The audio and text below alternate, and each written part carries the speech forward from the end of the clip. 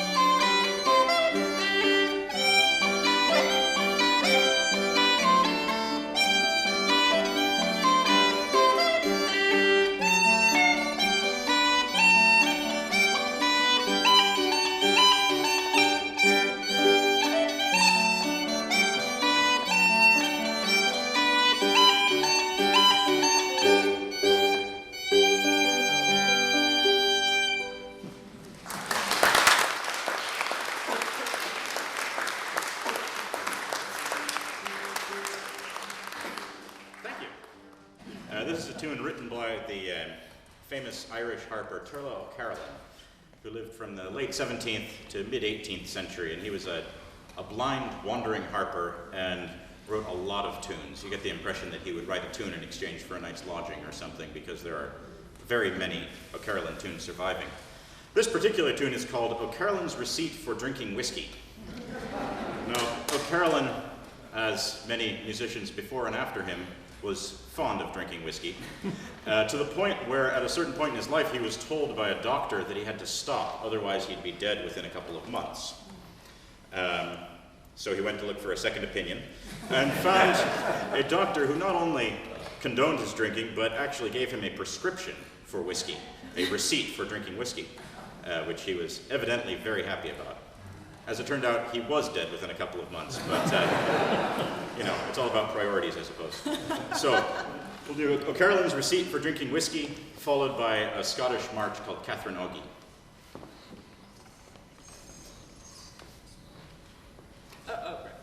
Right. Yes, of course. Sorry. I was thinking followed by silence. No, we'll play another Not yet. Okay.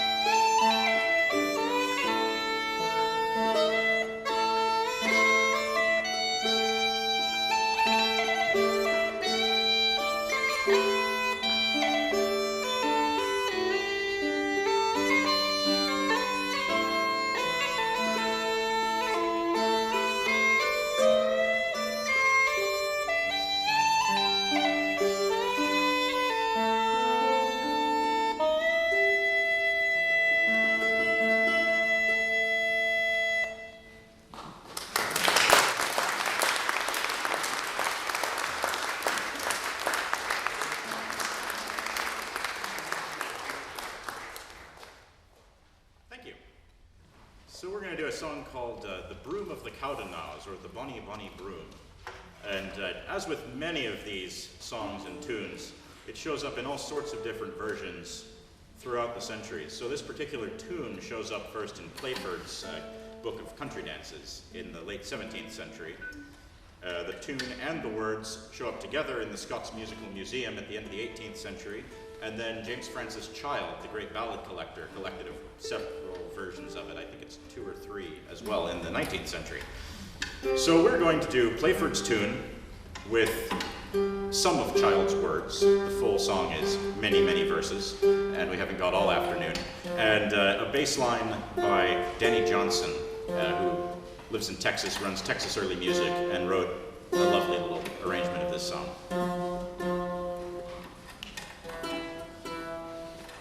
It's a cold day when the bagpipes are more in tune than the harp. Finally. It's a hot day. It's a hot day, I guess the sheep's guts are more susceptible than the sheep's Than their skins. Than their skins.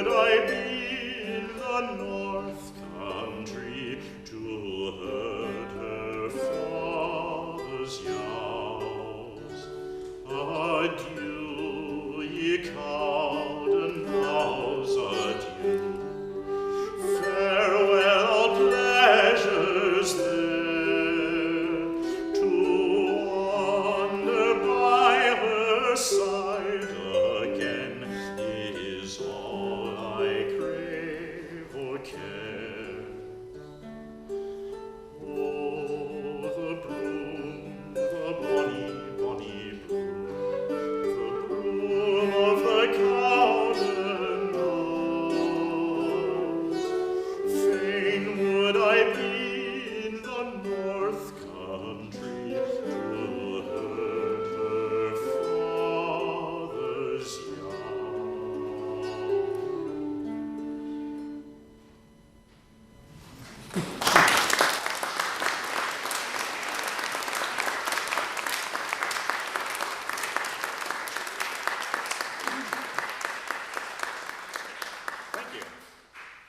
Continuing in the spirit of Scottish folk songs, Charlie and I are going to play a couple more duets on the pipes. These are just lovely little tunes that don't get played nearly enough, so we thought we might as well do several of them. This is a song called The Yellow-Haired Laddie, followed by a song called The Mill, which you might recognize. Robert Burns said a song called The Soldier's Return, the same tune as well. And then that's followed by something that O'Farrell just calls Duet 10.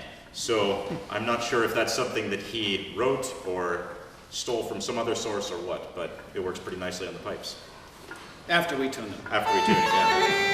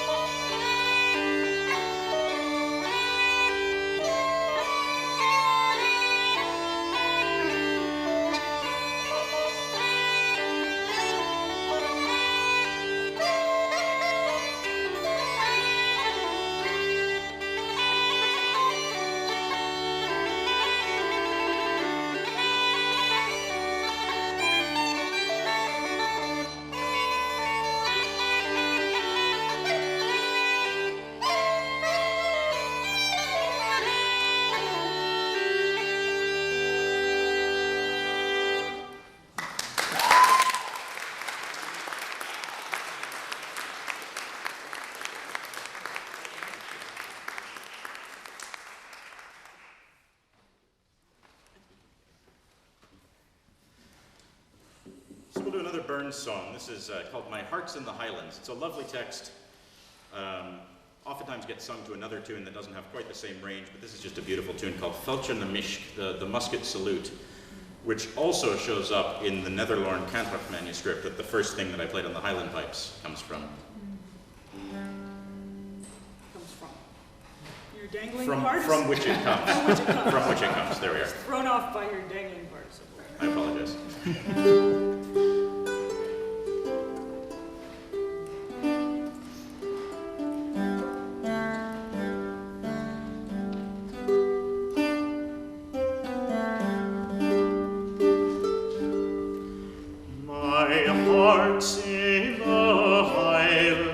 my heart is not here. My heart's in the Highlands, a-chase and a deer, a-chase and the wild deer, and following the roe. My heart's in the Highlands, wherever I go. Farewell to the Highlands, farewell to the north, the birthplace of valor, the country of birth. Wherever I wander, wherever I rove, the hills of the Highlands forever I love.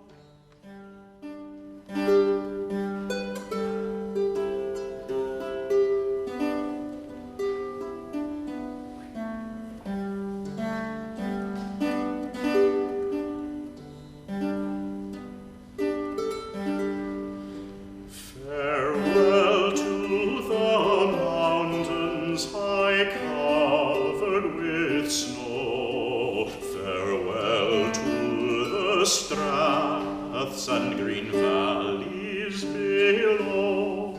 Farewell to the forests, the wild hanging woods.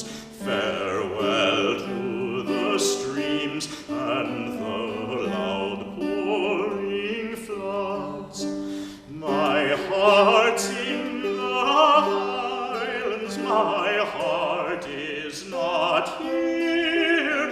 My heart's in the Highlands, a-chasing the deer, a-chasing the wild deer, following the roe.